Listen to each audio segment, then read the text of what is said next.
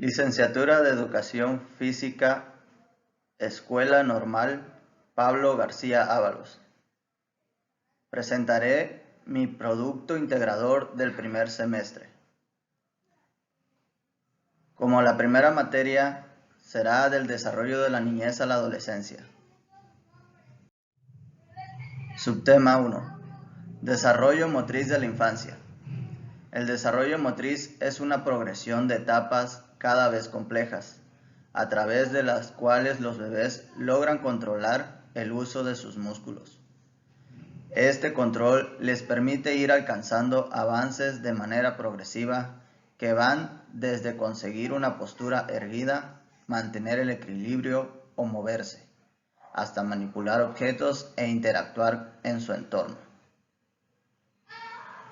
Como podemos ver aquí, tenemos a un bebé jugando, haciendo la parte motriz fina. Subtema número 2. Desarrollo motriz en la adolescencia. El desarrollo motor del escolar y del adolescente es un proceso continuo de cambio estrechamente ligado a la maduración de las funciones y estructuras tanto biológicas como psiconeurológicas. Estas etapas de aprendizaje motor se dividen en tres: etapa verbal, cognitiva o desarrollo de la coordinación gruesa, etapa motora o desarrollo de la coordinación fina, etapa autónoma o desarrollo de la disponibilidad variable. Materia de periodos y etapas del ciclo vital.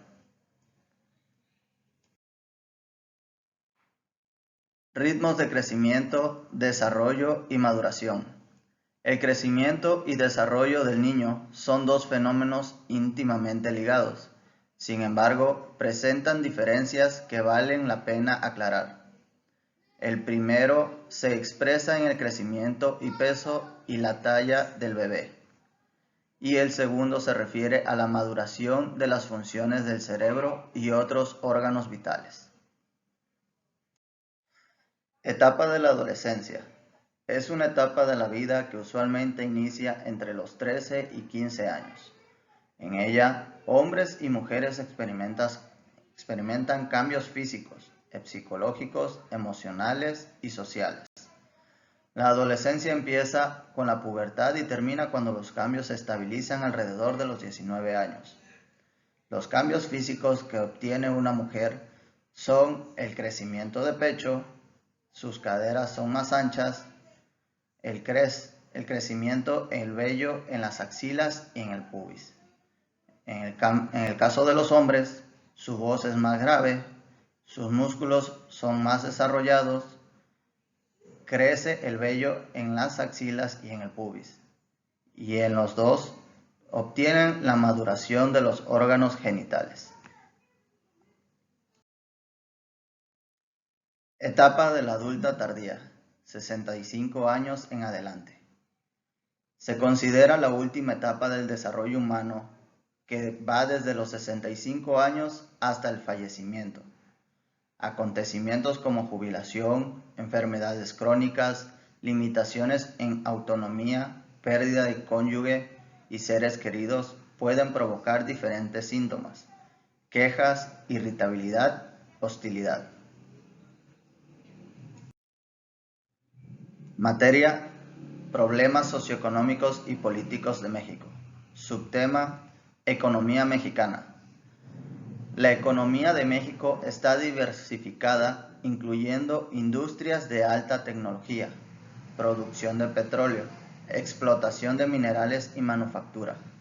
Según los últimos datos del Banco Mundial, la agricultura representó el 3,38% del PIB de México en 2019 y el empleo a 12,4% de la población activa del país en 2020. Una tendencia generalizada es que el nivel de ingresos se eleva significativamente conforme lo hace el nivel de educación formal. En promedio, los adultos que cuentan con educación superior pueden esperar tener ingresos 70% superiores a quienes solo cuentan con educación media superior. Subtema número 2. Problemas del sistema educativo mexicano. Aquí podemos observar unas estadísticas que representan los problemas del sistema educativo. Como por ejemplo, tenemos aquí el 36% de las escuelas que carece del drenaje. El 24% de las escuelas no tienen agua de la red pública. El 10% de las escuelas no cuentan con baños. El 8% de las escuelas no posee energía eléctrica y el 59% de las escuelas carece de salidas de emergencia. Subtema número 3. Regionalización de la pobreza en México. La región centro es donde vive la mayor cantidad de personas en situación de pobreza, el 38.35% del total, seguido por el sureste con el 17.74%, el Golfo de México con el 14.5%, el 10.3% en el norte, el 8.96% en el Pacífico Central, 6.10% y 3.43% en el Pacífico Norte y la península de Yucatán, respectivamente. Aquí observamos un mapa donde hay cambios en el porcentaje de la población en pobreza. De color naranja vemos una disminución significativa.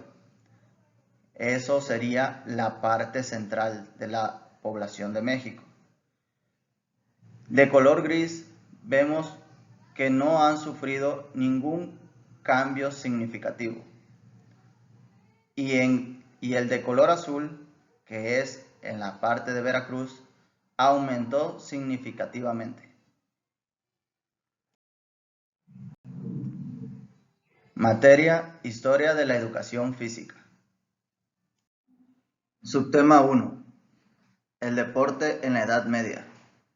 La actividad deportiva en el medioevo fue escasa y no es muy conocida. Los deportes y juegos que se practicaban estaban directamente relacionados con la caza y la guerra.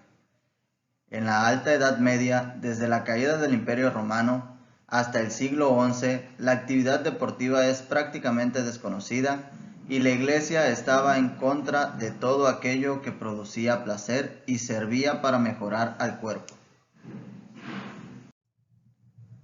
Subtema 2. Actividad física en la época colonial. En esta época no existía un sistema de educación física.